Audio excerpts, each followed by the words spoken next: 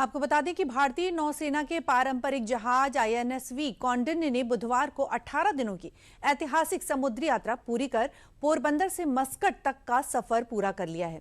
इस रिपोर्ट में हम आपको दिखाते हैं इस जहाज की क्या खासियत है।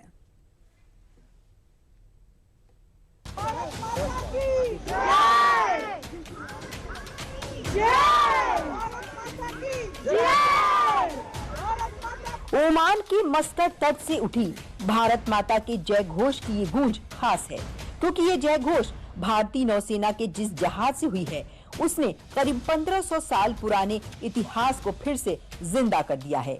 समंदर की ऊंची लहरों और मानसूनी हवाओं के शोर के बीच तैर रहा ये एक ऐसा अनोखा जहाज है जिसमें न कोई इंजन है, न ही कोई स्टील की शीट है और न ही एक भी लोहे की कील है। जी हाँ, ये कोई कोरी कल्पना नहीं बल्कि भारतीय नौसेना की वो हकीकत बन चुका है जिसने डिजिटल युग में पारंपरिक चमत्कार का नमूना पेश किया है, जिसे दुनिया INSV कौंडिन्य के नाम से जान रही है। 29 दिसंबर 2025 को गुजरात के पोरबंदर से ओमान के मस्कट के लिए रवाना हुए इस जहाज ने अपनी सफल यात्रा पूरी कर ली है। इस यात्रा की सफलता पर मस्कट के समंदर में इस बेहद खास जहाज को जल सलामी दी गई है। ये यात्रा भारत की प्राचीन समुद्री परंपराओं को जीवंत करने की दिशा में एक बड़ा कदम है। कौंडिन्य एक महान भारतीय नाविक थे।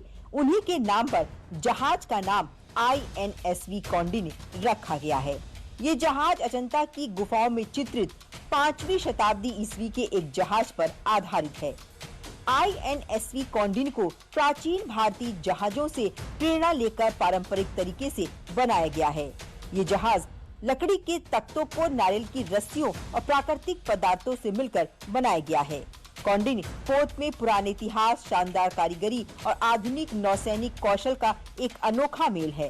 कौंडिन्य पोत के जरिए भारत का दुनिया को देश की मैरीटाइम हेरिटेज से वाकिफ भी कराना है। INSV Kondinya is a shining example of Honorable Prime Minister Shri Narendra Modi's visionary leadership. It was his resolve to revive India's ancient shipbuilding genius and present it proudly before the world. Bharat में हाथ से सिलकर तैयार हुए पारंपरिक जहाज INSV Kaundinya ने 18 दिन की समुद्री यात्रा के बाद ओमान के मस्कट पहुंचकर अपना ऐतिहासिक सफर पूरा कर लिया है।